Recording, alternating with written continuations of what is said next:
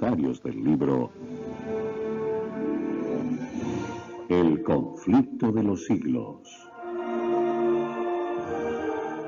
escrito por Helena Harmon de White.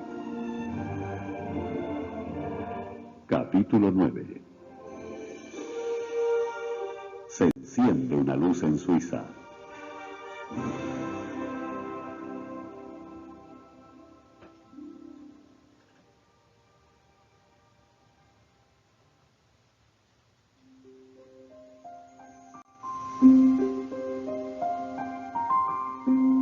En la elección de los instrumentos que sirvieron para reformar la Iglesia, se nota el mismo plan divino que en la de quienes la establecieron.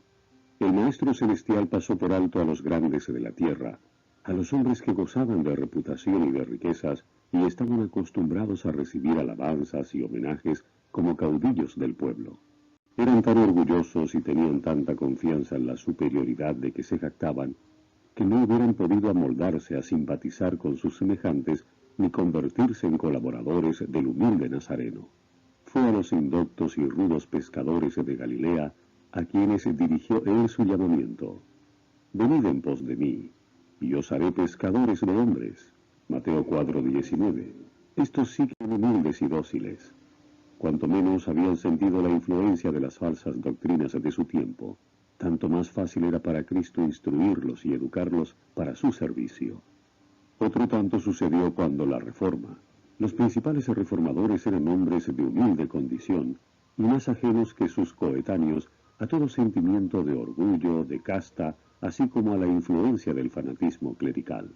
El plan de Dios es valerse de instrumentos humildes para la realización de grandes fines. La gloria no se tributa entonces a los hombres, sino a aquel que obra por medio de ellos el querer y el hacer según su buena voluntad. Pocas semanas después que naciera Lutero en la cabaña de un minero de Sajonia, nació un rico Zwinglio, en la choza de un pastor de los Alpes. Las circunstancias de que Zwinglio se vio rodeado en su niñez y su primera educación contribuyeron a prepararlo para su futura misión. Criado entre bellezas naturales imponentes, quedó desde temprano impresionado por el sentimiento de la inmensidad, el poder y la majestad de Dios. La historia de las hazañas que tuvieran por teatro sus montes natales inflamó las aspiraciones de su juventud. Junto a su piadosa abuela oyó los pocos relatos bíblicos que ella espigara entre las leyendas y tradiciones de la Iglesia. Con verdadero interés oía él hablar de los grandes hechos de los patriarcas y de los profetas, de los pastores que velaban sobre sus ganados en los cerros de Palestina, donde los ángeles les hablaron del niño de Belén y del hombre del Calvario. Lo mismo que Juan Lutero, el padre de Zwinglio deseaba dar educación a su hijo, para lo cual dejó su valle natal en temprana edad. Su espíritu se desarrolló pronto y resultó difícil saber dónde podrían hallarle profesores competentes. A los 13 años fue a Berna, que poseía entonces la mejor escuela de Suiza. Sin embargo, surgió un peligro que amenazaba dar en tierra con lo que de él se esperaba. Los frailes hicieron esfuerzos muy resueltos para seducirlo a que entrara en un convento. Los monjes franciscanos y los dominicos rivalizaban por ganarse el favor del pueblo, y al efecto se esmeraban a porfía en el adorno de los templos, en la pompa de las ceremonias y en lo atractivo de las reliquias y de las imágenes milagrosas. Los dominicanos de Berna vieron que si les fuera posible ganar a un joven de tanto talento, obtendrían ganancias y honra. Su tierna juventud, sus dotes de orador y escritor, y su genio musical y poético serían de más efecto que la pompa y el fausto desplegados en los servicios para atraer al pueblo y aumentar las rentas de su orden. Valiéndose de engaños y lisonjas, intentaron inducir a Zwinglio a que entrara en su convento. Cuando Lutero era estudiante se encerró voluntariamente en una celda y se habría perdido para el mundo si la providencia de Dios no le hubiera libertado. No se le dejó a Zwinglio correr el mismo riesgo. Supo providencialmente su padre cuáles eran los designios de los frailes, y como no tenía intención de que su hijo siguiera la vida indigna y holgazana de los monjes, vio que su utilidad para el porvenir estaba en inminente peligro, y le ordenó que regresara a su casa sin demora. mandato fue obedecido, pero el joven no podía sentirse contento por mucho tiempo en su valle natal, y pronto volvió a sus estudios, yéndose a establecer después de algún tiempo en Basilea. En esta ciudad fue donde Zwinglio oyó por primera vez el Evangelio de la gracia de Dios. Wittenbach, profesor de idiomas antiguos, había sido llevado en su estudio del griego y del hebreo al conocimiento de las Sagradas Escrituras, y por su medio la luz divina esparcía sus rayos en las mentes de los estudiantes que recibían de él enseñanza. Declaraba el catedrático que había una verdad más antigua y de valor infinitamente más grande que las teorías enseñadas por los filósofos y los escolásticos. Esta antigua verdad consistía en que la muerte de Cristo era el único rescate del pecador. Estas palabras fueron para Zwinglio como el primer rayo de luz que alumbra al amanecer. Pronto fue llamado Zwinglio de Basilea para entrar en la que iba a ser la obra de su vida. Su primer campo de acción fue una parroquia alpina no muy distante de su valle natal. Habiendo recibido las órdenes sacerdotales, se aplicó con ardor a investigar la verdad divina, porque estaba bien enterado, dice un reformador de su tiempo, de cuánto deben saber aquellos a quienes les está confiado el cuidado del rebaño del Señor. A medida que escudriñaba las Escrituras, más claro le resultaba el contraste entre las verdades en ellas encerradas y las herejías de Roma. Se sometía a la Biblia y la reconocía como la palabra de Dios y única regla suficiente e infalible. Veía que ella debía ser su propio intérprete. No se atrevía a tratar de explicar las Sagradas Escrituras para sostener una teoría o doctrina preconcebida, sino que consideraba su deber aprender lo que ellas enseñan directamente y de un modo evidente. Procuraba valerse de toda ayuda posible para obtener un conocimiento correcto y pleno de sus enseñanzas, e invocaba al Espíritu Santo, el cual, declaraba él, quería revelar la verdad a todos los que la investigasen con sinceridad y en oración. Las Escrituras, decía Zwinglio, vienen de Dios, no del hombre, y ese mismo Dios que brilla en ellas te dará a entender que las palabras son de Dios. La palabra de Dios no puede errar. Es brillante, se explica a sí misma, se descubre, ilumina el alma con toda salvación y gracia, la consuela en Dios y la humilla hasta que, se anonada, se niega a sí misma y se acoge a Dios. Zwinglio mismo había experimentado la verdad de estas palabras. Hablando de ello, escribió lo siguiente: cuando comencé a consagrarme enteramente a las Sagradas Escrituras, la filosofía y la teología escolástica me suscitaban objeciones sin número, y al fin resolví dejar a un lado todas estas quimeras y aprender las enseñanzas de Dios en toda su pureza, tomándolas de su preciosa palabra. Desde entonces pedí a Dios luz, y las Escrituras llegaron a ser mucho más claras para mí. Zwinglio no había recibido de Lutero la doctrina que predicaba. Era la doctrina de Cristo. Si Lutero predica a Jesucristo, decía el reformador suizo, hace lo que yo hago. Los que por su medio han llegado al conocimiento de Jesucristo son más que los conducidos por mí. Pero no importa. Yo no quiero llevar otro nombre que el de Jesucristo, de quien soy soldado y no reconozco otro jefe. No he escrito una sola palabra Lutero en mi Lutero a mí. ¿Y por qué? Pues para que se viese de qué modo el Espíritu de Dios está de acuerdo consigo mismo, ya que, sin acuerdo previo, enseñamos con tanta uniformidad la doctrina de Jesucristo.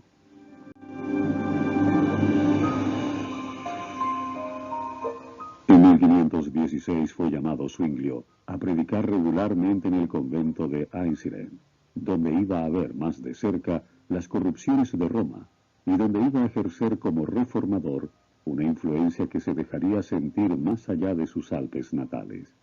Entre los principales atractivos de Einsiedeln había una virgen de la que se decía que estaba dotada del poder de hacer milagros.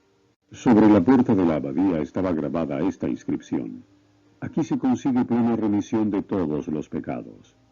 En todo tiempo acudían peregrinos a visitar el santuario de la Virgen, pero en el día de la gran fiesta anual de su consagración, venían multitudes de toda Suiza y hasta de Francia y Alemania. Zwinglio, muy afligido al ver estas cosas, aprovechó la oportunidad para proclamar la libertad por medio del Evangelio a aquellas almas esclavas de la superstición.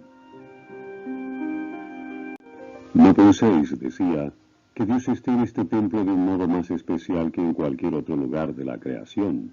Sea la que fuere la comarca que vosotros habitáis, Dios os rodea y os oye. ¿Será acaso con obras muertas, largas peregrinaciones, ofrendas, imágenes, la invocación de la Virgen o de los santos, con lo que alcanzaréis la gracia de Dios? ¿A qué sirve el conjunto de palabras de que formamos nuestras oraciones? ¿Qué eficacia tiene la rica capucha del fraile, la cabeza rapada, hábito largo y bien ajustado, y las zapatillas bordadas de oro? Al corazón es a lo que Dios mira, y nuestro corazón está lejos de Dios. Cristo, añadía, que se ofreció una vez en la cruz, es la hostia y la víctima que satisfizo eternamente a Dios por los pecados de todos los fieles.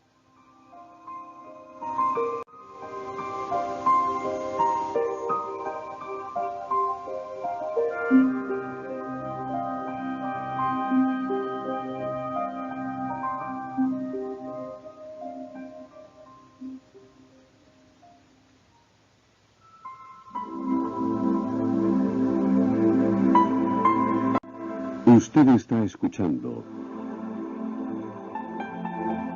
la lectura sin comentarios del libro El conflicto de los siglos. Capítulo 9. Se enciende una luz en Suiza.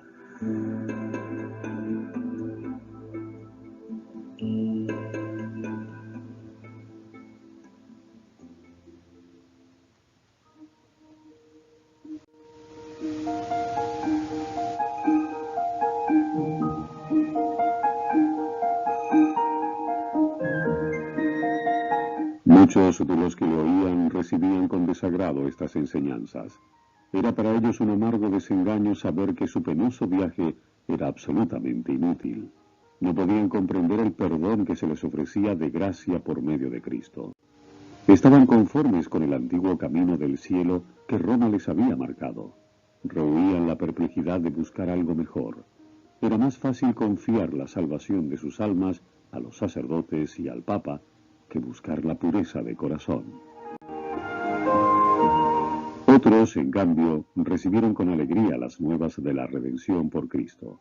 Las observancias establecidas por Roma no habían infundido paz a su alma, y llenos de fe, aceptaban la sangre del Salvador en propiciación por sus pecados. Estos regresaron a sus hogares para revelar a otros la luz preciosa que habían recibido. Así fue llevada la verdad de aldea en aldea, de pueblo en pueblo, y el número de peregrinos que iban al santuario de la Virgen disminuyó notablemente. Menguaron las ofrendas, y en consecuencia la prebenda de Zwinglio menguó también, porque de aquellas sacaba su subsistencia. Pero sentíase feliz al ver quebrantarse el poder del fanatismo y de la superstición. Las autoridades de la Iglesia no ignoraban la obra que Zwinglio estaba realizando, pero en aquel momento no pensaron intervenir. Abrigaban todavía la esperanza de ganarlo para su causa, y se esforzaron en conseguirlo por medio de agasajos. Entretanto, la verdad fue ganando terreno y extendiéndose en los corazones del pueblo. Los trabajos de Zwinglio en Einsiedeln le prepararon para una esfera de acción más amplia en la cual pronto iba a entrar. Pasados 3 años, fue llamado a desempeñar el cargo de predicador en la Catedral de Zúrich. Era esta ciudad en aquel entonces la más importante de la Confederación Suiza, y la influencia que el predicador pudiera ejercer en ella debía tener un radio más extenso. Pero los eclesiásticos que le habían llamado a Zúrich, deseosos de evitar sus innovaciones, procedieron a darle instrucciones acerca de sus deberes. Pondréis todo vuestro cuidado, le dijeron, en recaudar las rentas del cabildo, sin descuidar siquiera las de menor cuantía.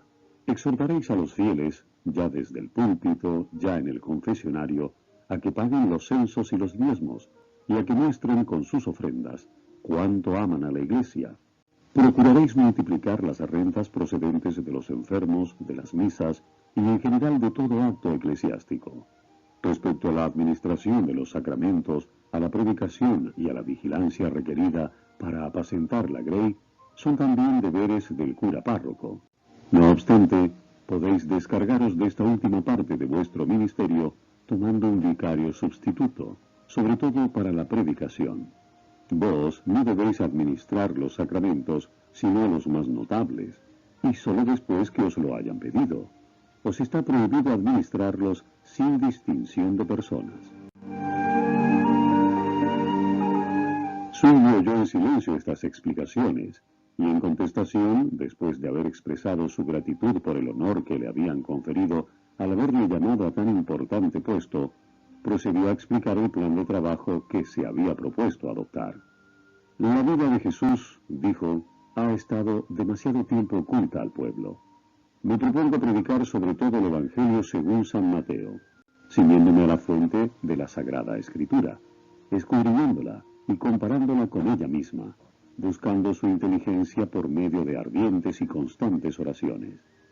A la gloria de Dios, a la alabanza de su único Hijo, a la pura salvación de las almas y a su instrucción en la verdadera fe, es a lo que consagraré mi ministerio.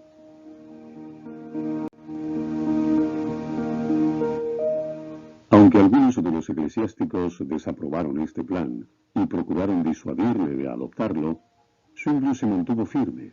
Declaró que no iba a introducir un método nuevo, sino el antiguo método empleado por la Iglesia en lo pasado, en tiempos de mayor pureza religiosa.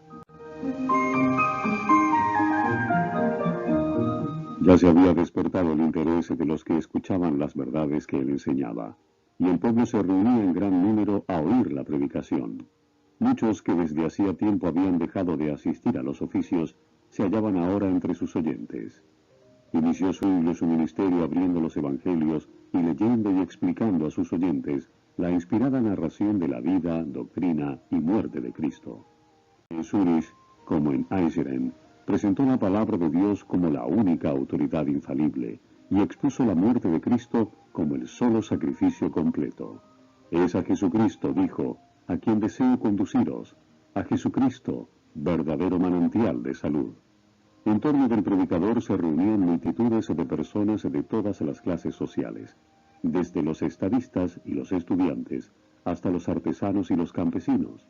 Escuchaban sus palabras con el más profundo interés. Él no proclamaba tan solo el ofrecimiento de una salvación gratuita, sino que denunciaba sin temor los males y las corrupciones de la época. Muchos regresaban de la catedral dando alabanzas a Dios. Este, decían, es un predicador de verdad. Él será nuestro Moisés para sacarnos de las tinieblas de Egipto. Pero, por más que al principio fuera su obra acogida con entusiasmo, vino al fin la oposición. Los frailes se propusieron estorbar su obra y condenar sus enseñanzas. Muchos le atacaron con burlas y sátiras, otros le lanzaron insolencias y amenazas. Empero Zwingli todo lo soportaba con paciencia, diciendo, si queremos convertir a Jesucristo a los malos, es menester cerrar los ojos a muchas cosas. Por aquel tiempo nueva gente vino a dar impulso a la obra de la Reforma. Un amigo de esta mandó a Zúrich a un tal Luciano, que llevaba consigo varios de los escritos de Lutero. Este amigo residente en Basilea había pensado que la venta de estos libros sería un poderoso auxiliar para la difusión de la luz. Averiguad, dijo a Zwingli en una carta, si Luciano posee bastante prudencia y habilidad. Si así es, mandadle de villa en villa, de lugar en lugar, y aún de casa en casa entre los suizos, con los escritos de Lutero, y en particular con la exposición de la oración dominical escrita para los seglares. Cuanto más conocidos sean, tanto más compradores hallarán. De este modo se esparcieron los rayos de luz. Cuando Dios se dispone a quebrantar las cadenas de la ignorancia y de la superstición, es cuando Satanás trabaja con mayor esfuerzo para sujetar a los hombres en las tinieblas y para apretar aún más las ataduras que los tienen sujetos. A medida que se levantaban en diferentes partes del país, hombres que presentaban al pueblo el perdón y la justificación por medio de la sangre de Cristo, Roma procedía con nueva energía a abrir su comercio por toda la cristiandad, ofreciendo el perdón a cambio de dinero. Cada pecado tenía un precio, y se otorgaba a los hombres licencia para cometer crímenes, con tal que abundase el dinero en la tesorería de la Iglesia. De modo que seguían adelante dos movimientos. Uno que ofrecía el perdón de los pecados por dinero, y el otro que lo ofrecía por medio de Cristo. Roma te daba licencia para pecar, haciendo de esto un recurso para acrecentar sus rentas, y los reformadores que condenaban el pecado y señalaban a Cristo como propiciación y redentor. En Alemania, la venta de indulgencias había sido encomendada a los dominicos y era dirigida por el infame Tetzel. En Suiza, el tráfico fue puesto en manos de los franciscanos, bajo la dirección de un fraile italiano llamado Samson. Había prestado ya buenos servicios a la Iglesia y reunido en Suiza y Alemania grandes cantidades para el tesoro del Papa. Cruzaba entonces a Suiza, atrayendo a grandes multitudes, despojando a los pobres campesinos de sus escasas ganancias y obteniendo ricas ofrendas entre los ricos. Pero la influencia de la reforma hacía disminuir el tráfico de las indulgencias, aunque sin detenerlo del todo. Todavía estaba Zwinglio en Eisleben cuando Samson se presentó con su mercadería en una población vecina. Enterándose de su misión, el reformador trató inmediatamente de oponérsele. No se encontraron frente a frente, pero fue tan completo el éxito de Zwinglio al exponer las pretensiones del fraile, que éste se vio obligado a dejar aquel lugar y tomar otro rumbo. En Zúrich predicó Zwinglio con ardor contra estos monjes traficantes en perdón, y cuando Samson se acercó a dicha ciudad, le salió al encuentro un mensajero enviado por el consejo para ordenarle que no entrara. No obstante, logró al fin introducirse por estratagema, pero a poco le despidieron, sin que hubiese vendido ni un solo perdón, y no tardó en abandonar a Suiza. Un fuerte impulso recibió la reforma con la aparición de la peste o gran mortandad que azotó a Suiza en el año 1519.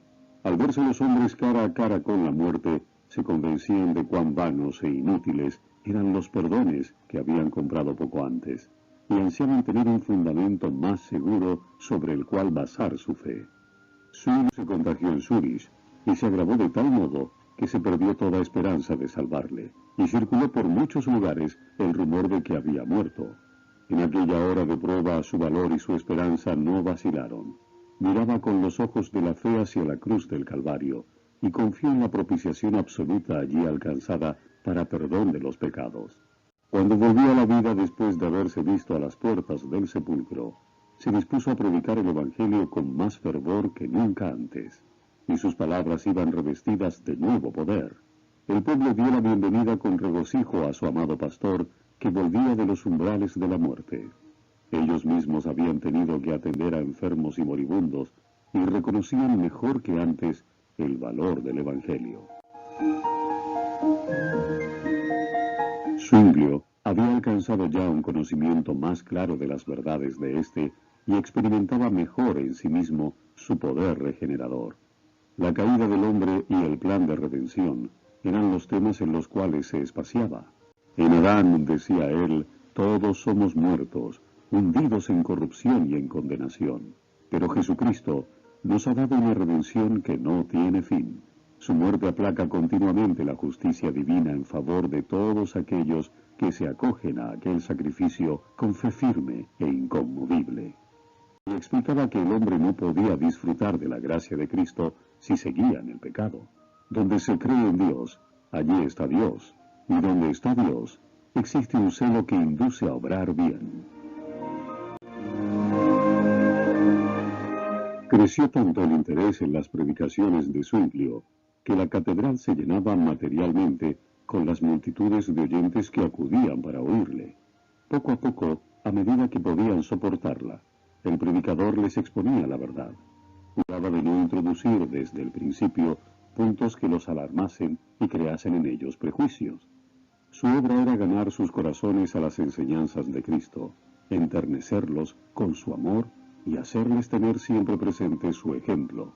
Y a medida que recibieran los principios del Evangelio, abandonarían inevitablemente sus creencias y prácticas supersticiosas.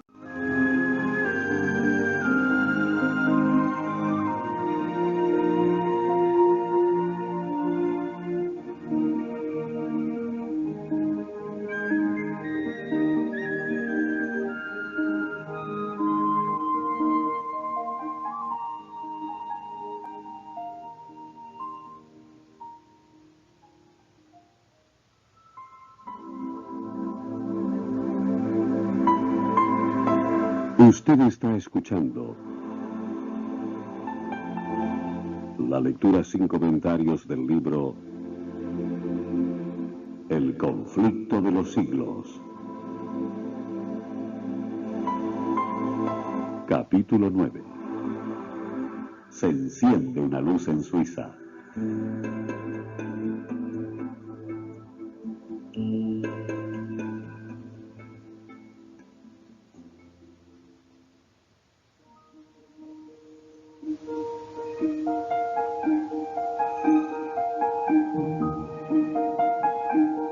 Paso a paso avanzaba la reforma en Zúrich.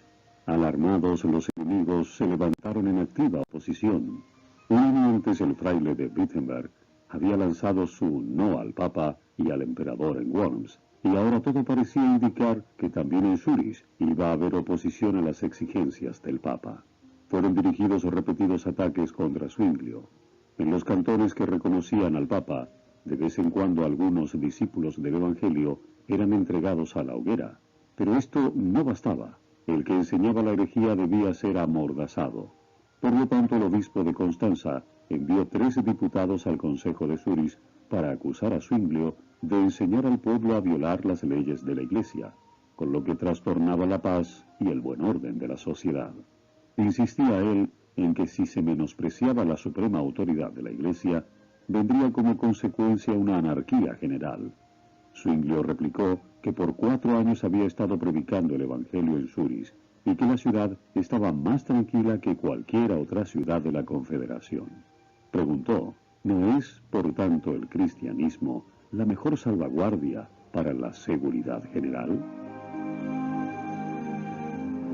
Los diputados habían exhortado a los concejales a que no abandonaran la Iglesia, porque fuera de ella, decían, no hay salvación. Zwinglio replicó, que esta acusación no os conmueva.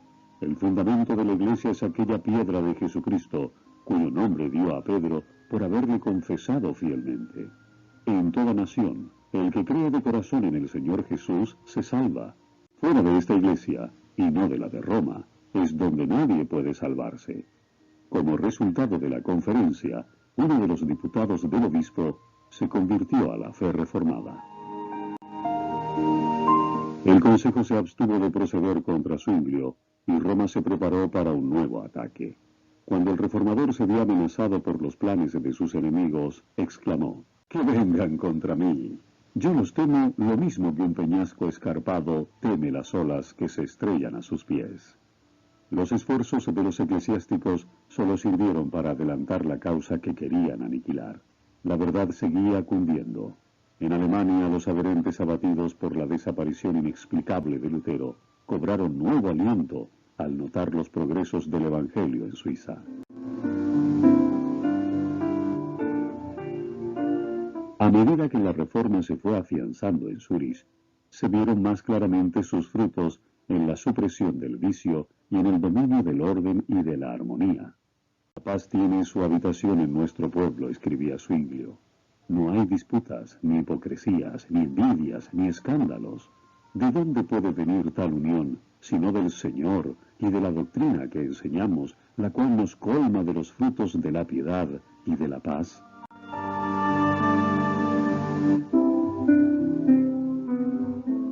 Las victorias obtenidas por la Reforma indujeron a los romanistas a hacer esfuerzos más resueltos para dominarla. Viendo cuán poco habían logrado con la persecución para suprimir la obra de Lutero en Alemania, decidieron atacar a la Reforma con sus mismas armas. Sostendrían una discusión con Zwinglio y encargándose de los asuntos, se asegurarían el triunfo al elegir no solo el lugar en que se llevaría a efecto el acto, sino también los jueces que decidirían de parte de quién estaba la verdad. Si lograban por una vez tener a Zwinglio en su poder, tendrían mucho cuidado de que no se les escapase. Una vez acallado el jefe, todo el movimiento sería pronto aplastado. Este plan, por supuesto, se mantuvo en la mayor reserva. El punto señalado para el debate fue Baden, pero Zwinglio no concurrió. El Consejo de Zúrich, sospechando los designios de los papistas y advertido del peligro por las horrendas piras que habían sido encendidas ya en los cantones papistas para los confesores del Evangelio, no permitió que su pastor se expusiera a este peligro. En Zúrich estaba siempre listo para recibir a todos los partidarios de Roma que ésta pudiera enviar, pero ir a Baden, donde poco antes se había derramado la sangre de los martirizados por causa de la verdad, era lo mismo que exponerse a una muerte segura. Ecolampado y Haller fueron elegidos para representar a los reformadores, en tanto que el famoso doctor Eck, sostenido por un ejército de sabios doctores y prelados, era el campeón de Roma.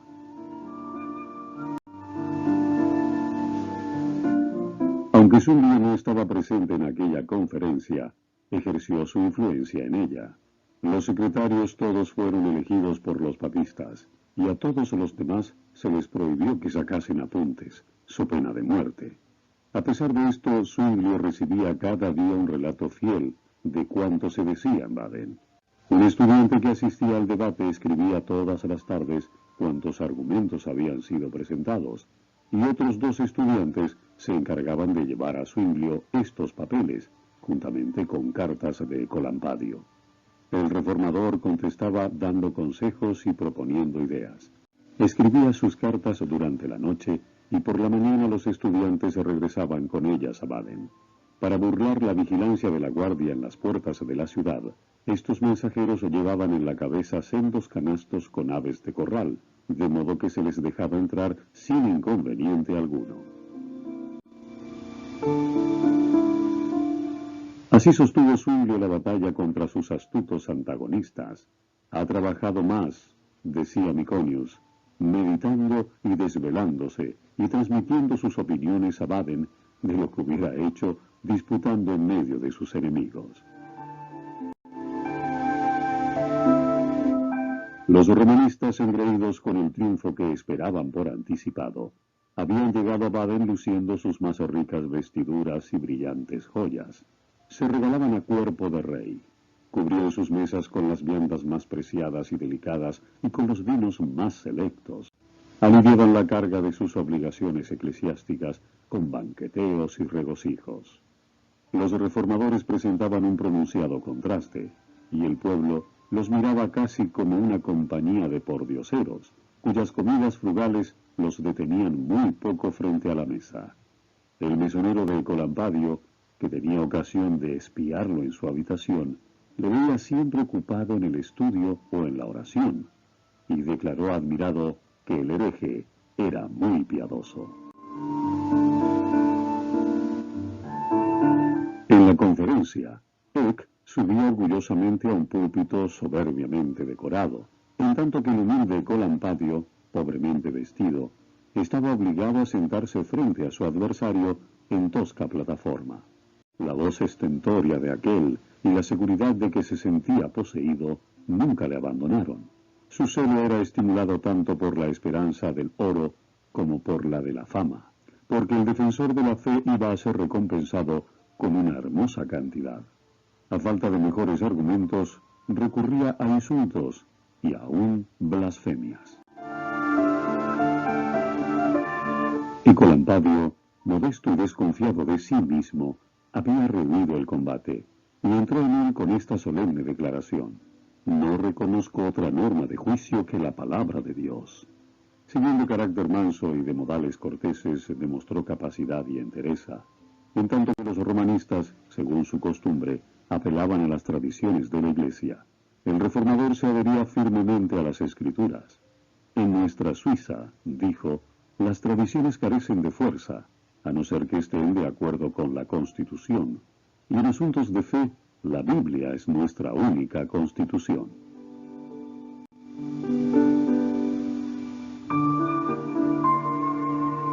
El contraste entre ambos contendientes no dejó de tener su efecto. La serena e inteligente argumentación del reformador, el cual se expresaba con tan noble mansedumbre y modestia, impresionó a los que veían con desagrado las orgullosas pretensiones de Eck. El debate se prolongó durante 18 días. Al terminarlo, los papistas cantaron victoria con gran confianza, y la Dieta declaró vencidos a los reformadores y todos ellos, con Zwinglio, su jefe, separados de la Iglesia. Pero los resultados de esta conferencia revelaron de qué parte estuvo el triunfo. El debate tuvo por consecuencia un gran impulso de la causa protestante, y no mucho después, las importantes ciudades de Berna y Basilea se declararon en favor de la Reforma.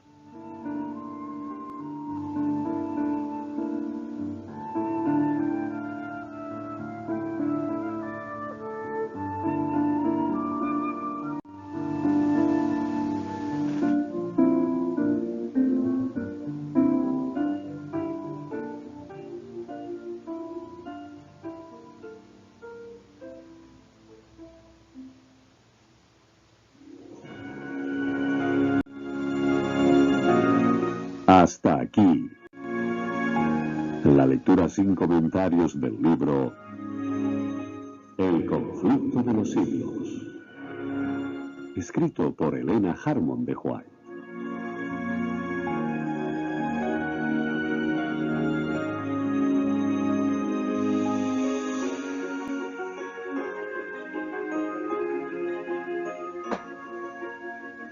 Una presentación del Ministerio Laico de Cárceles Conecta de Jesús Siempre Gozosos. El Señor les bendiga.